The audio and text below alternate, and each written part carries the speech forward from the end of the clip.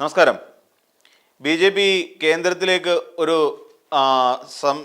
ദേശീയ അധ്യക്ഷനെ പരിഗണിക്കുന്നതിൽ പ്രധാനമായും ഒരു വനിതയാണ് പരിഗണിക്കുന്നത് എന്നാണ് അറിയാൻ കഴിയുന്നത്. അതോടൊപ്പം തന്നെ നദ്ദയ്ക്ക് ഈ കഴിഞ്ഞ 2023 കൂടി അദ്ദേഹത്തിൻ്റെ കാലാവധി പൂർത്തിയായതാണ്.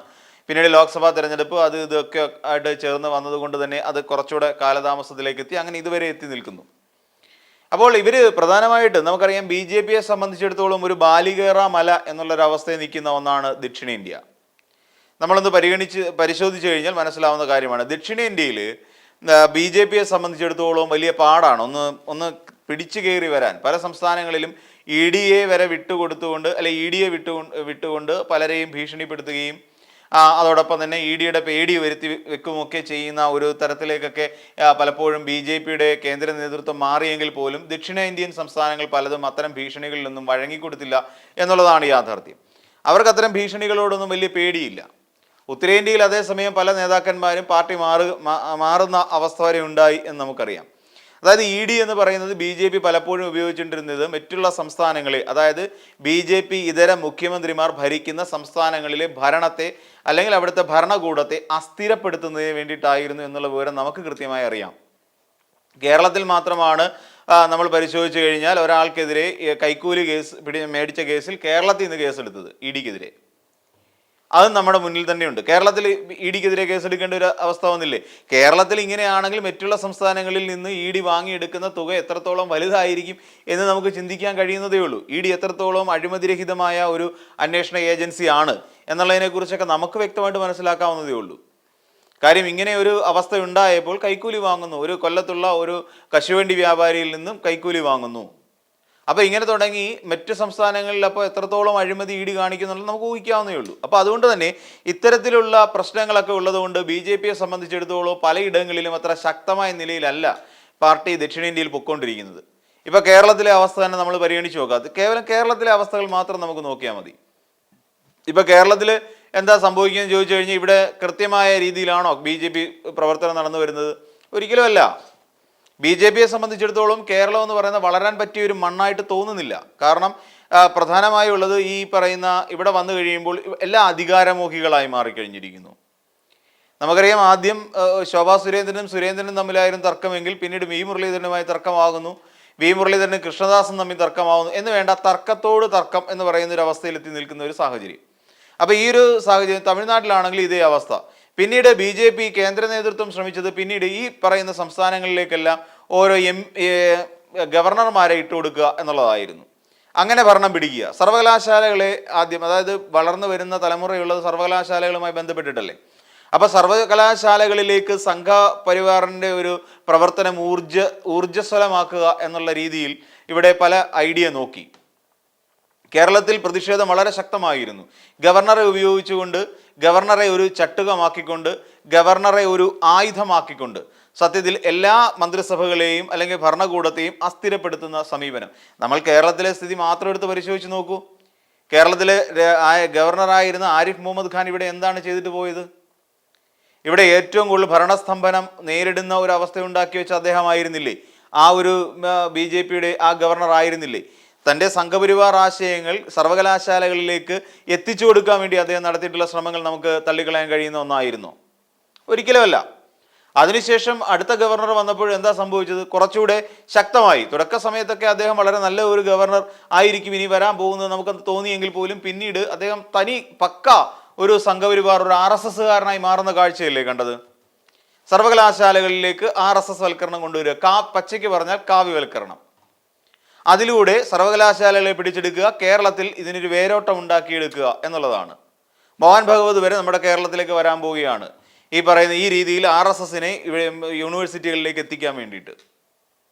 ഒന്ന് ആലോചിച്ച് നോക്കൂ. ഒരു സംസ്ഥാനത്തെ അധികാരം പിടിച്ചെടുക്കാൻ വേണ്ടി ബി ജെ പി നടത്തുന്ന നാണം കെട്ട നാറിയ വൃത്തികെട്ട കളികളെ കുറിച്ചാണ് പറയുന്നത്. വേറൊന്നും ഇവിടെ വിലപ്പോകുന്ന ഒരു അവസ്ഥയില്ല. വേറൊന്നും ഇവിടെ വിലപ്പോകാൻ സാധ്യതയില്ല. ഇവിടെ വർഗീയത പറയാൻ പറ്റില്ല. കേരളത്തെ സംബന്ധിച്ചിടത്തോളം ഇവിടെ വർഗീയത എന്ന് പറയുന്നത് നട്ടാ കുരുക്കാത്ത ഒരു സാധനമാണ്. അതിവിടെ കൊണ്ടുവന്ന് വിലപ്പോവില്ല. ഗോവധ നിരോധന നിയമം ഇവിടെ കൊണ്ടുവന്ന് കേരളത്തിൽ കൊണ്ടുവന്ന് വിറ്റഴിക്കാൻ പറ്റുന്ന കാര്യമല്ല. പ്രത്യേകിച്ച് സൗത്ത് ഇന്ത്യയിൽ വിറ്റഴിക്കാൻ പറ്റാത്ത കുറേ ഐറ്റംസ് ഉണ്ട് ബി ജെ പിയുടെ കയ്യിൽ. പൊട്ടാത്ത കുറേ അമിട്ടുകളുണ്ട് സൗത്ത് ഇന്ത്യയിൽ മാത്രം. അത്തരത്തിലുള്ള ഒന്നും കൊണ്ടുവന്ന് പൊട്ടിക്കാൻ പറ്റുന്ന ഒരു ക്ലൈമറ്റ് അല്ല സത്യത്തിൽ ദക്ഷിണേന്ത്യൻ സംസ്ഥാനങ്ങളിലുള്ളത്. ഇനി പണം ഇറക്കിക്കൊണ്ട് പിടിക്കാം. കാര്യം കർണാടകയിൽ നേരത്തെ നമുക്കറിയാം KC വേണുഗോപാൽ ഇവിടുന്ന് കുറേ അധികം MLA മാരുമായിട്ട് പോയി ഒളിച്ചു പാർത്ത് താമസിച്ചതൊക്കെ നമുക്കറിയാം. അപ്പോൾ അങ്ങനെ ഒരു സാഹചര്യം ഉള്ളത് കൊണ്ട് തന്നെയുമല്ല, കേരളത്തിൽ വന്നപ്പോഴാണ് സുരേന്ദ്രൻ എന്ന് പറയുന്ന ഒരാൾ കുഴൽപ്പണം കടത്തി എന്നുള്ള പേരിലുള്ള ഒരു കേസ് ഇവിടെ ഉണ്ടാകുന്നത്. അപ്പോൾ പണം കൊടുത്തുകൊണ്ടും ഇവിടെ MLA മാരെ വിലക്കെടുക്കാൻ കഴിയാത്ത ഒരു സാഹചര്യം ദക്ഷിണേന്ത്യൻ സംസ്ഥാനങ്ങളിലുണ്ട്. തന്നെയുമല്ല, ഈ പറയുന്ന സ്ഥലങ്ങളിലെല്ലാം DMK-യും അണ്ണാ DMK-യും അടക്കമുള്ള, അതോടൊപ്പം കേരളത്തിൽ UDF-ഉം LDF-ഉം അടങ്ങുന്ന ഒരു വലിയ ചാലക ശക്തി അല്ലെങ്കിൽ രാഷ്ട്രീയ ശക്തി കേന്ദ്രങ്ങളായി മാറിയിരിക്കുന്ന ഒന്നാണ് ഈ സൗത്ത് ഇന്ത്യയിലെ പ്രധാനപ്പെട്ട ഏരിയകൾ എന്ന് പറഞ്ഞാൽ. അപ്പോൾ അതുകൊണ്ട് ഇവിടെയും അങ്ങനെ പണം കൊടുത്തുള്ള വിലയ്ക്ക് വാങ്ങലുകൾ നടക്കുന്ന ഒരു സാഹചര്യമല്ല ഈ ദക്ഷിണേന്ത്യൻ സംസ്ഥാനങ്ങളിലുള്ളത്.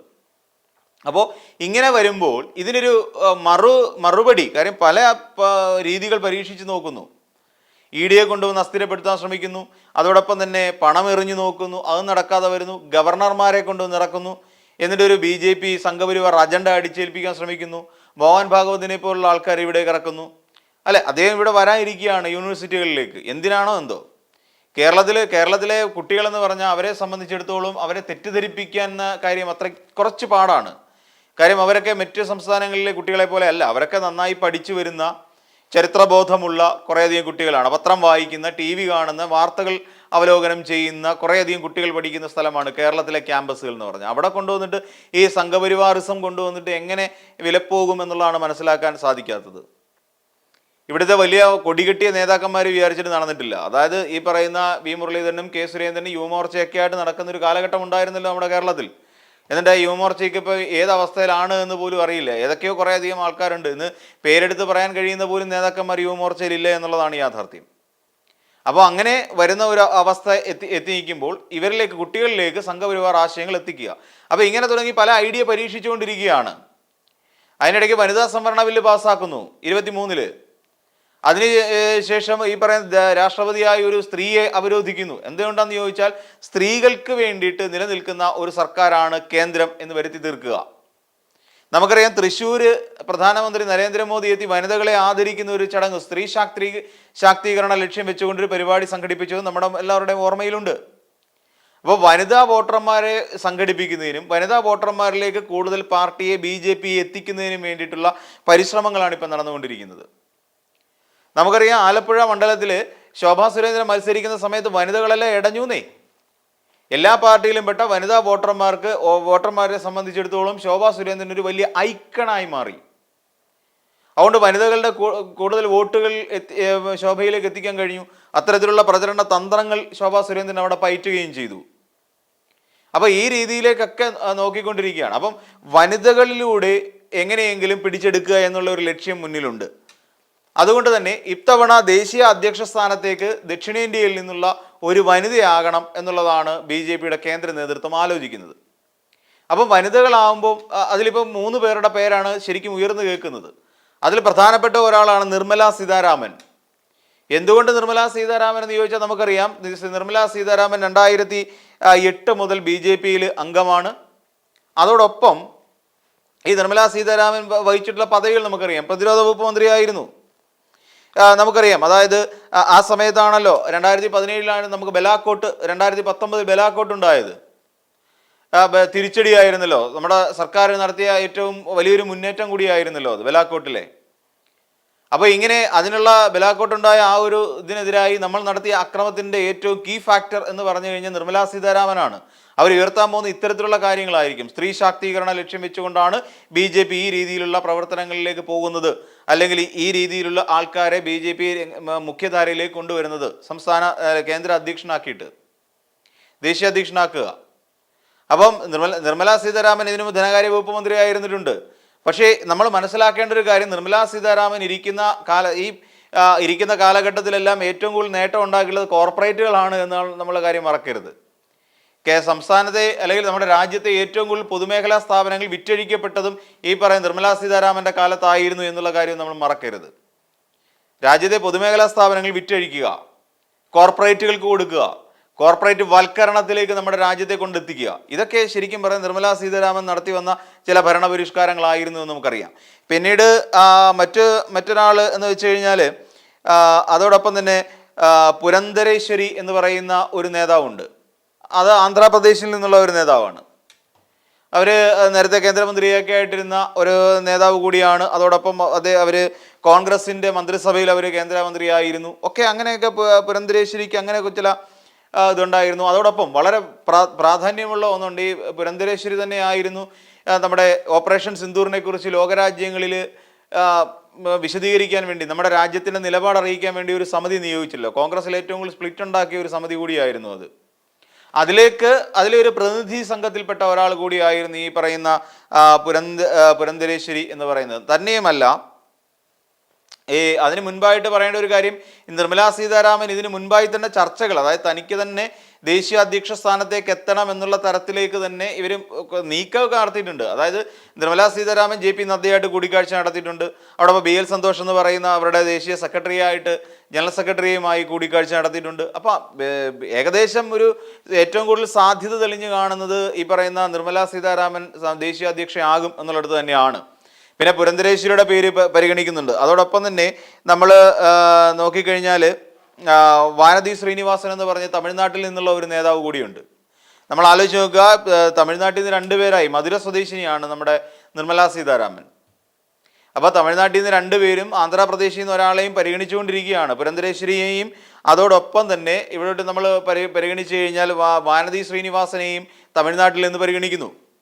ഈ വാനതി ശ്രീനിവാസൻ എന്ന് പറഞ്ഞു കഴിഞ്ഞാൽ നേരത്തെ തന്നെ കമലഹാസൻ്റെ ഈ പറയുന്ന കമലഹാസനെ പരാജയപ്പെടുത്തിയതാണ്. അതായത് നമുക്കറിയാം, മക്കൾ നീതിമയ്യം എന്ന് പറയുന്ന ഒരു പാർട്ടി കമലഹാസൻ രൂപീകരിക്കുന്നു. അത് വെച്ചിട്ട് കമലഹാസൻ മത്സരിക്കുന്നു. 2021 കമലഹാസനെ ആ പാർട്ടിയിൽ മത്സരിക്കുന്ന സമയത്ത് പരാജയപ്പെടുത്തുന്നു. അങ്ങനെ വളരെ അധികം പ്രാധാന്യമുള്ള അല്ലെങ്കിൽ അത്തരത്തിലൊരു തെരഞ്ഞെടുപ്പിനെ ഫേസ് ചെയ്യാൻ കെൽപ്പുള്ള ഒരു നേതാവ് കൂടിയാണ് ഈ പറയുന്ന വാനതി ശ്രീനിവാസൻ. അതോടൊപ്പം BJPയുടെ സെൻട്രൽ ഇലക്ഷൻ കമ്മിറ്റി അംഗം എന്നുള്ള നിലയിലും ഈ പറയുന്ന വാനതി ശ്രീനിവാസന് പ്രാധാന്യമുണ്ട്. എന്ന് തന്നെയാണെങ്കിലും ഈ രീതിയിൽ ഏത് ദേശീയ അധ്യക്ഷ നിലയിൽ വന്നാലും തെക്കേ ഇന്ത്യയിലെ സംബന്ധിച്ചിടത്തോളം അല്ലെങ്കിൽ ഒരു വളർച്ച നേടുക എന്ന് പറഞ്ഞാൽ BJPയെ സംബന്ധിച്ചിടത്തോളം ആദ്യം പറഞ്ഞതുപോലെ തന്നെ ബാലികേറ മല തന്നെയാണ്. കാരണം ഇവിടെയുള്ള MK സ്റ്റാലിനെ അടക്കമുള്ളവരെ ഇവിടെ ഇല്ലാതാക്കിക്കൊണ്ട് അവരുടെ എല്ലാ ഒരു പ്രൗഢിയെയും നശിപ്പിച്ചുകൊണ്ടും കേരളത്തിൽ ഇടതുപക്ഷത്തിൻ്റെയും UDFിൻ്റെയും എല്ലാ പ്രൗഢിയെയും നശിപ്പിക്കുന്ന ഒരവസ്ഥയിൽ നിന്നുകൊണ്ട് മാത്രമേ BJPക്ക് ഈ പറയുന്നൊരു നേട്ടം കൊയ്തെടുക്കാൻ സാധിക്കുകയുള്ളൂ. നിലവിൽ ഈ പറയുന്ന നേതാക്കന്മാരെ കൊണ്ട് കേരളത്തിൽ ഒന്നും നേടിയെടുക്കാൻ കഴിയില്ല എന്ന് നമുക്ക് വളരെ വ്യക്തമായി അറിയാവുന്ന കാര്യമാണ്. 30 സീറ്റും 35 സീറ്റും ഒക്കെ ഞങ്ങൾ നേടിയെടുക്കുമെന്ന് പറഞ്ഞ് വിടുവായത്തം പുലമ്പിയ സംസ്ഥാന അധ്യക്ഷന്മാരുണ്ടായിരുന്ന പാർട്ടിയാണ് കേരളത്തിൽ BJP എന്നുള്ള കാര്യവും നമ്മൾ മറക്കാൻ പാടില്ല.